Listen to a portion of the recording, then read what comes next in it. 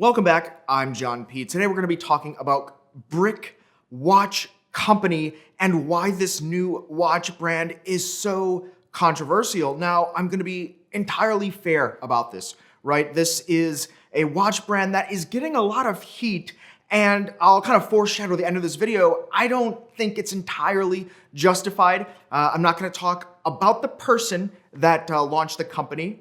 This person is notable online. This is Dave Portnoy. They're an entrepreneur among seemingly many other things.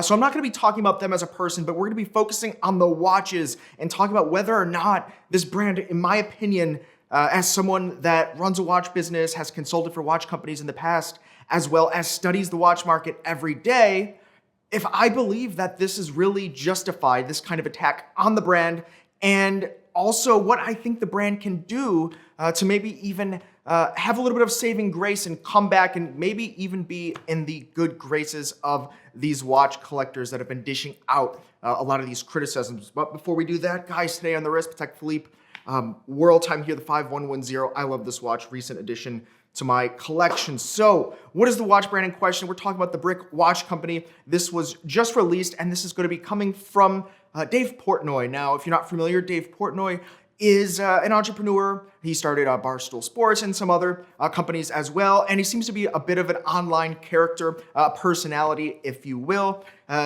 We're not going to talk too much about him. I don't know a ton about, the history or the background or anything like that, but I do know that the background about the Brick Watch Company, according to the website, is that essentially, when he became successful, he didn't really want to get a Rolex, and it's not necessarily about having a brand on the wrist. It's more about kind of the mantra of building something brick by brick, is my understanding, and that's kind of where the company comes from, the Brick Watch Company. Now, the watch brand is getting a lot of heat.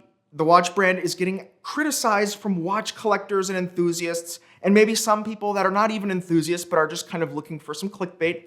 I speculate, at least based on some of the articles I've read, but basically they're saying, hey, these watches, maybe they're overpriced, maybe they're not good values for watch collectors, maybe they're off the shelf, things like that. That's kind of what I'm seeing about the watch brand. So what I'm going to do is we're going to look at both of their models. They have a chronograph version chronograph model rather, and they also have another kind of time date, maybe like a date just alternative kind of example. We're going to be looking at both of these watches. We'll take a quick look at the specs. I don't have them here. I'm in no way connected to this watch brand company or the founder. I just think that as watch collectors, we can be hypercritical, and it makes sense because that's kind of what watches can be sometimes when we're enthusiasts, right? Everything must be done to the best detail, but not all watches are intended for that. And I think that really looking at it, that's probably what we're looking at here. But let's take a look at the first watch. You have the time date model. This is called the Classic 22.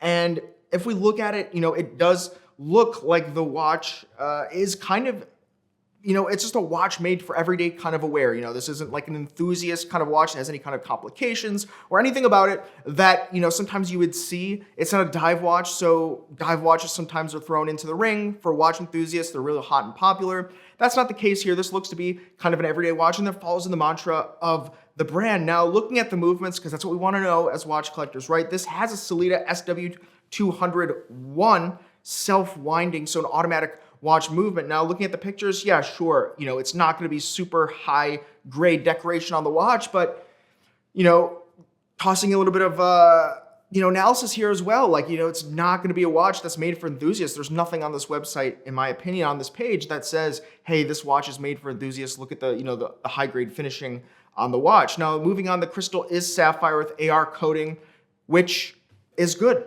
right? Like, that is a standard base expectation of a good watch or better, right? Sapphire crystal, pretty standard. The water resistance is 100 meters or 300 feet, which is more than sufficient. In my opinion, no one's going deeper. Even watches that are 5-6 times the price sometimes don't have depth ratings of that. It depends, but you get the picture.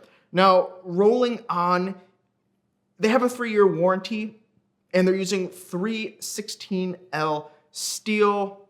And the information's a little bit scattered on the page, but it's more in the format that you would see like a standard product, not necessarily like a spec sheet or something from a watch brand. I get it. Looking at the website, that's once again who this watch brand is focused for. They have a 42 millimeter size and a 38, which I like to see. Honestly, the 38 size is really hot and popular, but once again, in the watch enthusiast range. So outside of watch collectors, I'm not sure what sizes people gravitate towards. Do they want bigger? Do they want smaller? I mostly work with enthusiasts. Now, kind of the big elephant in the room here is going to be the price point of $2,399, $2,399. Let's hold on to this point after I cover the chronograph. We'll talk about pricing, the analysis, what I think could have happened, what they could have done, because I think here with the pricing, which seems to be the main criticism, and I'm not trying to defend it here. Let's wait to the end of this video where I talk about the pricing. But there's a lot of pieces, moving pieces when it comes to building watches in the watch industry, right? I've looked at buying micro brands. I've looked at starting micro brands. I've gone through different financials and balance sheets and the P&Ls on these things. And depending how it's set up and who it's marketed towards, there could be major differences.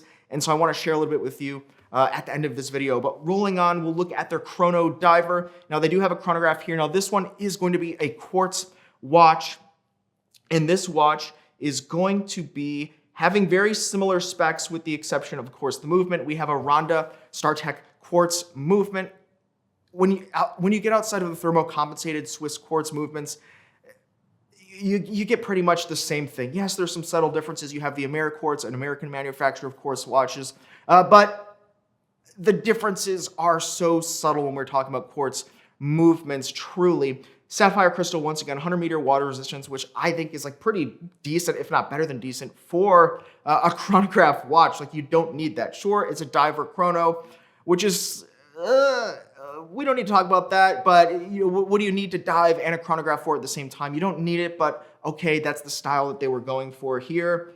And once again, 3-year warranty as well. And the 316L steel, very similar specs with the exception of the movement and obviously the functionality, and a price point of $2,399. So regardless of which option you choose, the price point seems to be the same here. Now let's talk about it. The price point issue is a major factor, it seems like, in the discussion here. And something to keep in mind is that in micro brands today, small batch watch brands, direct-to-consumer watch brands like this, it's pretty close, I guess, to direct-to-consumer. I'm not familiar with how they have it set up. But when we're talking about that today, entrants in the ring are actually the manufacturers in parts of the world that are producing the watch brands themselves and coming out with a dozen different micro brands, but they have no middleman, right? They don't have distributors, they don't have the designers, everything's in-house. And these are the same factories that make homage watches, replica watches, and things like that. And so micro brands today, think of the Zaloses of the world, they've caught on to the fact that micro brands are hot, people like them, and they want something different. So they just cut out the whole middle chunk of everyone that's marketing and branding, and they just kind of do it themselves. And that's why today there's so many attractive micro brand watches on the market, watches that are $500 because everything is in-house. They've cut out that whole middle step and everyone marking it up and importing it and testing and, US assemblers and things like that. That's all removed. And so that's why sometimes in micro brands today, and increasingly so, you can get really phenomenal watches for unbelievable price points, better now than ever, is because that's what's happening, is those factories are just coming out with their own brands, essentially. Now, what's also happening is there are companies that have come up in the last few years because they see watches exploding, micro brands exploding through COVID. People were just spending a lot of money and time online, so micro brands came out, and you had these companies that were offering their consultations and things like that, and they would design the watches for you. They'd say they make them, and did they make them? Did they not? It's tough to really know, but oftentimes they were, and I'm not saying specifically for this because I don't know, once again, for this brick watch company, I don't know what they did here, but I'm saying what could have happened, for why we have a higher price point here, is that they were using one of these people that marked it up, and they were leaning on them for their knowledge and expertise. And these people were coordinating it, doing the project management, and they were shopping it out to one of the factories elsewhere. And that's why you have an additional markup, which increases the price. So when we start talking about pricing margins and things like that, it can quickly add up if someone in the middle has to make a profit on that in order to leverage their expertise to get this done. Now, if we're talking about Swiss micro brands, there are 3 notable companies that are co-located between Asia and Switzerland, and they handle a large bulk of micro brands today. Now, not the marketing. Some of them have a little bit of marketing departments, but largely the design, that you have specific designers, as well as the manufacturer, and they can make things like the hands, custom bracelets, dials, depending on the price point, so on and so forth. And I've worked a little bit with them because, once again, I said I was looking at this in the past, and there are a couple of companies that do it, and there are a couple of companies that do it well, but there are oftentimes middlemen involved, and the water can get a little bit murky a little bit quickly depending on how many people are involved and what requirements there are to be met. And I can tell here by the requirements is these watches are really not intended for enthusiasts. The website doesn't say anything about enthusiasts. And I do see enthusiasts being very critical of this brand, but it's not really like a product made for us per se, right? The movements are okay. The watch designs are, it's what you'd find on the market for the most part. And, nothing about this company screams watch collectors, we want you. Watch enthusiasts, we want you. The price point, I can't say totally what happened here, but sharing the information about how the micro brands work, that's likely what the scenario could have been. Too many people were involved, too many middlemen, too many things shopped out, and just the margin just got too thick too quickly. And what we have here is the collectors scrutinizing that because they see the manufacturers coming out with a micro brand just so that they can keep producing pieces coming out of their factory, and then comparing that against a company that isn't really trying to compete on the same level, looking at the pricing. And that's where we have kind of this disparity here that unfortunately is being targeted.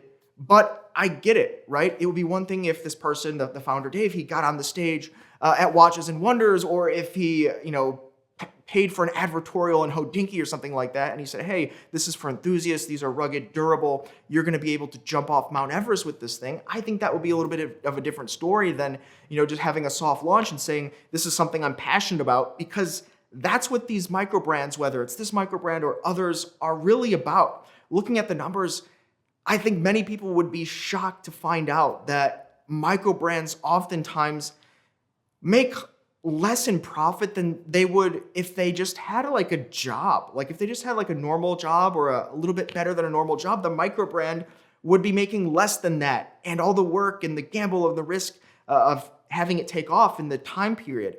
18 months, you work with one of the main manufacturers of Swiss micro brands, 18 months minimum with all the different steps. I know that sounds unbelievable, but that's the time frame you're quoted. And so I don't really see the angle of this being like a malicious thing going on here. Once again, I have to say, saving myself here, I don't know the ins and outs of this particular company, but sharing with you my experience here, what I've looked into, who I've spoken with, this is just the scenarios. This isn't a watch for enthusiasts. The margins, it is what it is. We don't know the individual steps, but once again, I think it's not worthy of the attack, but I want to hear, what do you have to say about this particular brand? Leave it in the comments below. I'd love to see it and hear it. Maybe the founder will see this. Maybe he would love to see it and hear it. I'd love to see it. I think it's interesting, and maybe we'll even see more people in a similar situation release watch brands in the future, or maybe collaborations with existing brands. I think it's cool, interesting, unique. It gives us something to do, something to talk about as watch collectors. So it's always fun at the end of the day. Let me know, guys. Comments below. Thanks for watching. We'll see you next time. You've been chatting with John P.